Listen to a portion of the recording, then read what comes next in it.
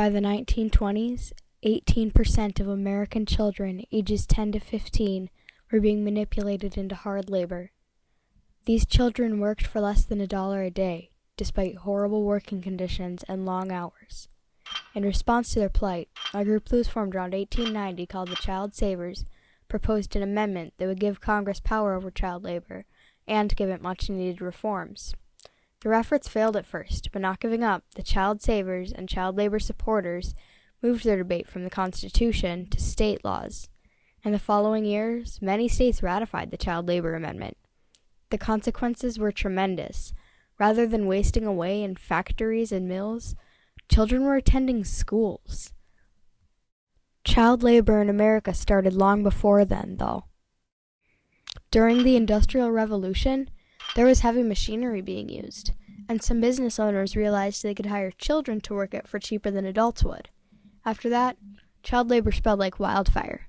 Soon, children across America were working at a wide variety of places, from bowling alleys, bringing people their balls and setting up the pins, to mills, working the machines or picking up stray material, to canneries, cleaning the fish, to the streets, selling newspapers.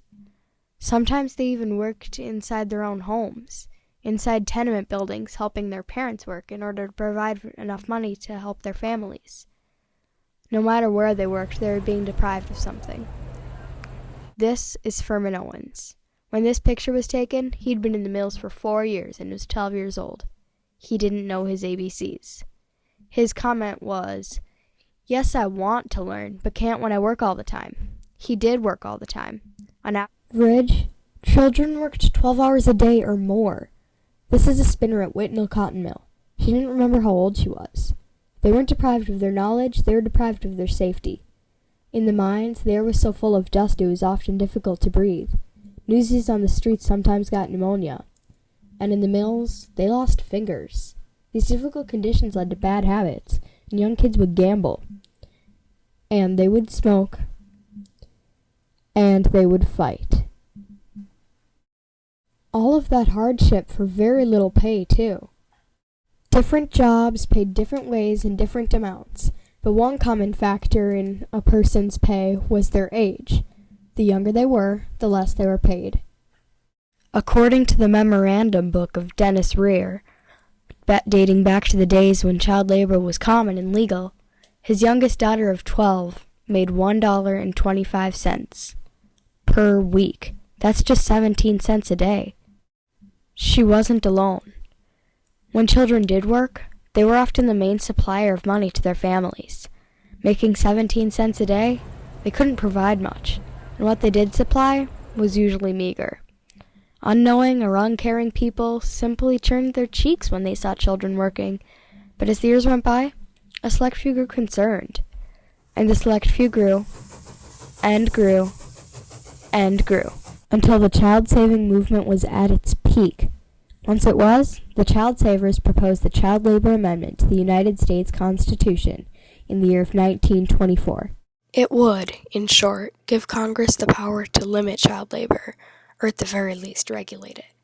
Instantly, there was debate. The debate raged on for 13 years, the longest amount of time spent battling over an amendment to the United States Constitution in history. Actually, there had been child labor laws in every state of America at the time, but it was thought that an amendment might restrict child labor further. During those 13 years it was debated over, only 28 states ratified the amendment, and 10 more states would need to ratify it in order for it to become part of the Constitution. Some states didn't want child labor, but they also didn't want the amendment.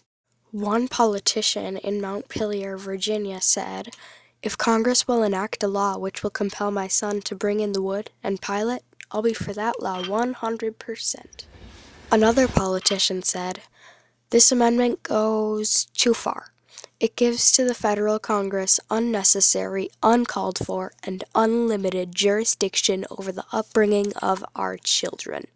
After the amendment gained popularity, the same politician said, "From those less humane states which allow the exploitation of children for profit, Therefore, I come before you publicly now to urge the ratification of the Child Labor Amendment. The amendment was still very effective in decreasing the amount of children being labored in America, despite the mixed feelings over it.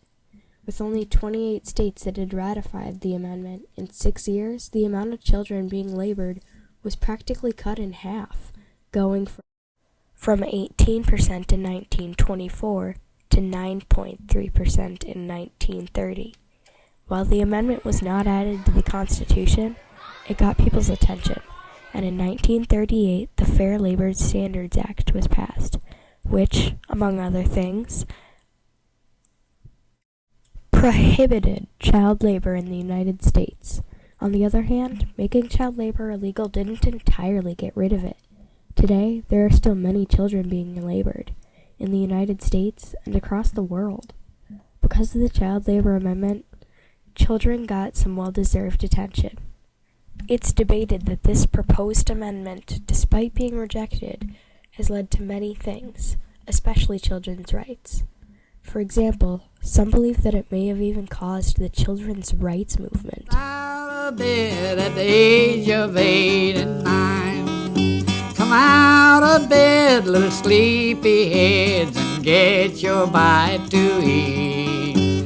The factory whistle's calling you, there's no more time to sleep.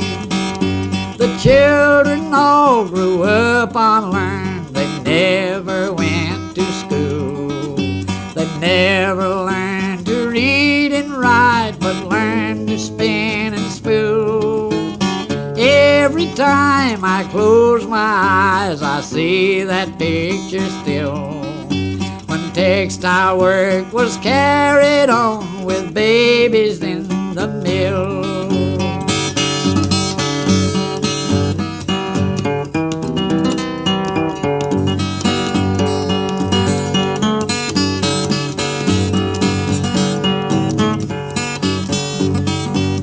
To their jobs, those little ones were strictly forced to go.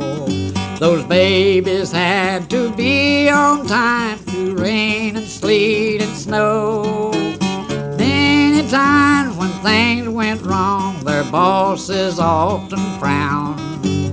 Many times those little ones was kicked and shoved around. Come out of bed, little sleepy head, get your bite to eat. The factory whistles call.